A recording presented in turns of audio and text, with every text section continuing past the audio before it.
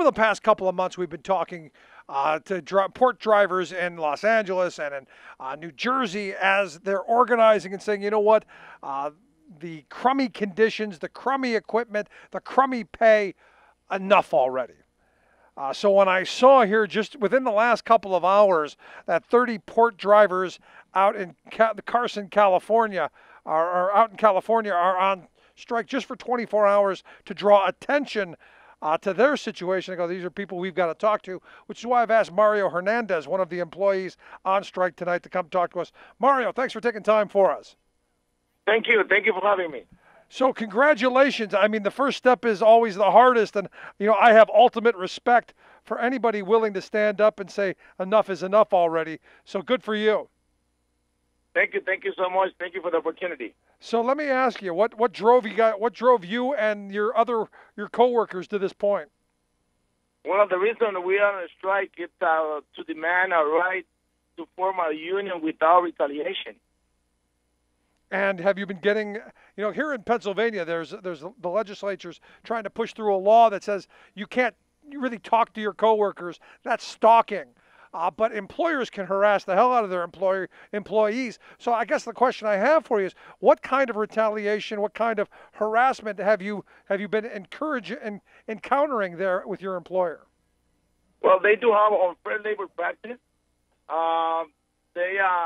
When I asked personally, I was the one that gave Mr. Mooney, which is the president or the owner of the company, I gave him the letter that we would like to form a union. First thing he did next day is get us union busters, almost 5 of them, to try to talk our co-workers not to form a union. So he hired new people just to come in and act as union busters? Yeah, that's what he did. I mean, that's what he did. And he has been practicing some, like I say, unfair labor practicing. That's when we decided, it's enough, because we've been trying to get a union since January 31st. And, I mean, he just keeps pushing. He just doesn't want us to do that. And I wonder why he doesn't want that, because I would have to imagine that better conditions on the job, maybe better equipment, maybe a break room, fresh water, maybe something to make your lives a little bit better. And, oh, by the way, the ability to support your family and take care of them with health care and a little retirement security wouldn't hurt either, right? That is correct. That's the main reason. We don't have that here. I got friends that there's a toll company that does the same job as we do, and they just this year they become union, and I just would like to have what they have. That's the reason we try to. I'm fighting for my family mainly, because at this moment I don't have like a family insurance. So I'm fighting for them. And looking at what you just said, and that's a message that I want everybody to hear again, because I think it's so important. You look at what the toll drivers, who we've had on this program a number of times over the last year or so, that they fought and won a contract with better wages, better conditions, health care, retirement, all of the things that I think you have to be in the middle class. They won that, and you're saying, instead of, hey, how can we tear them down, you're saying, hey, I'd like to get that too. Let's organize and let's all get that, right? Yeah, that's you just say it right. Exactly, that's what we want, and we have 30 drivers, willing to whatever it takes for us to get, because having our union, it's a right that we have as an employee, and like right now, all of us, like you said, even Mr. President Obama says that he wants middle class people, because that's the way the economy will move on. And, we are not getting there. We're struggling. We're struggling to get our needs in our house. How long have you been working for the Green Fleet System Company?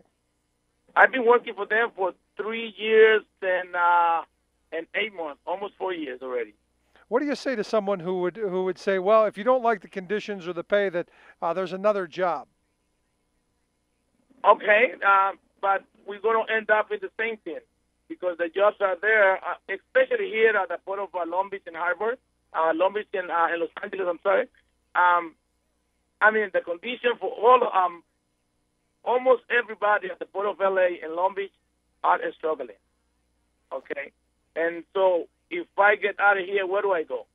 And this is all I do is I'm a truck driver. I didn't have the opportunity to go to college, and that's what I want my kids to do. I'm fighting for them. I want my kids to go to the university, to have a better, decent life, and that's the reason I'm here. It's not the point is not to get another job, because if I go to another job, I might end up in the same thing. Yeah, and would it be safe to say that you're fighting to make conditions and wages and benefits better so that maybe your kids don't go to college? Maybe your kids want to follow after dad and drive a truck for a living so that maybe that job that they take will pay a decent living and they won't have to fight the battles that you're fighting? That is correct. I don't want to leave my kids. Okay, if they don't go to college, at least I can teach them how to be a truck driver so they can have a decent living. But not in this condition. I don't want my kids to be a truck driver under these conditions. Share with us some of those conditions, because we heard when I talked to the toll drivers, the conditions of the equipment and the facilities and all of the things that they told us. You go, not really in this country. People couldn't believe it. So I'm curious, what conditions do you guys work under? Well, at this point, I'm going to lie to you. He's been doing since we decided to form a union and keep telling that our equipment they were not okay. He's been trying to fix it. It's amazing how that happens, Mario. It's amazing how when you throw that stick out there and you say, you know what, we're going to at some point make you do it, then the voluntary stuff comes along. Yeah, no, he's voluntary. Like I say, we've been on this since January 31st. And as a boss, you should have just said, okay, guys, what do you want? No, he doesn't even want us. He always does whatever he wants. And he's going to keep fighting us. He thinks that we are going to give up, but we're not going to give up. I'm going to keep fighting for my family. I don't care if it's going to take a week, a month. I'll be here striking. One day more, brother. And looking at this, as I understand, this is a 24-hour strike. This is just what I like to say is it's an attention getter. Hey, we're actually serious. It's time to sit down and talk and negotiate and get this moving forward. But after this 24-hour period, what do you have planned then? Oh, well, we're planning to go back to work. That's our plan. We're planning to go back to work, and because there is a lot of co-workers that they are afraid. That they told me that they're not here with us right now because they are afraid, and that's not good. You cannot be afraid of your job. We want to have a voice. We want to be a voice in our job. We want to work together, but don't be afraid in our job. I have been afraid too. I ain't gonna lie. I have been afraid. It's not easy for me, when a boss treats you the way they have been treating us. Sometimes. But I'm here, but I'm not going to lie to you. I was afraid to. Oh, Mario, I got to be honest with you. Like I started this off with, I give you the ultimate respect because this is difficult. This is not easy. If it were easy, Mario, everybody would be doing it right now, which is why I think it's important that you tell your story, that other people hear and say, you know what, I can do that too. My coworkers can do it as well, and we can make conditions better, not just for ourselves, but for everybody. That is correct. That is correct. And I always say something that I always say to my coworkers. You know what? I always think that we are the feet that move this sport. Without us, they ain't going nowhere. We are the people who bring the food to the store, the clothes to the outlets, and I think America should know that the port of Los Angeles and Long Beach are struggling because I'm here every day. I'm hearing different stories every day, and they're really sad stories. People with no benefits, with no medical to have for them and their families. And now with the Obamacare coming up next year, so it's going to be really tough. How can you buy a medical insurance when we cannot even, we're really having trouble to pay our rent and our food at home? That's an excellent point. But at the end of this, for me, Mario, it comes down to it is a right of every worker to join and form a union. It is something that I believe is an absolute right, and it's something that we need to be fighting for. Last line of questioning I've got for you.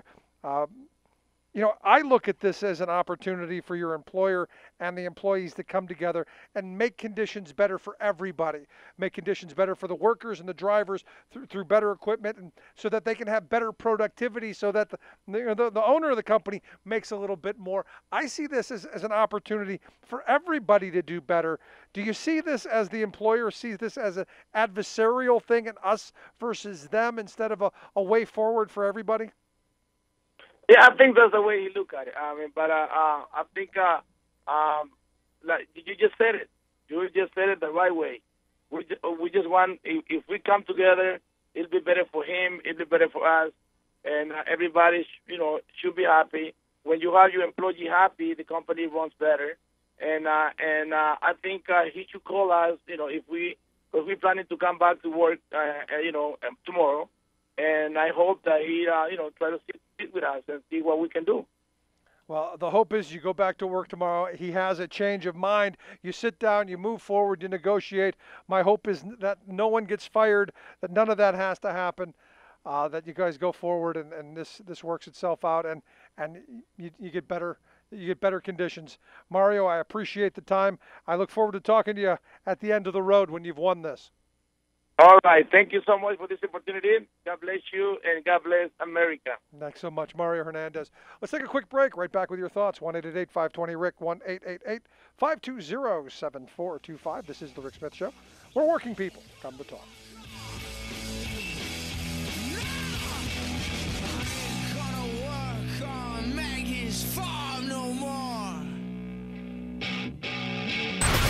Exposing that free trade is never free. The Rick Smith Show.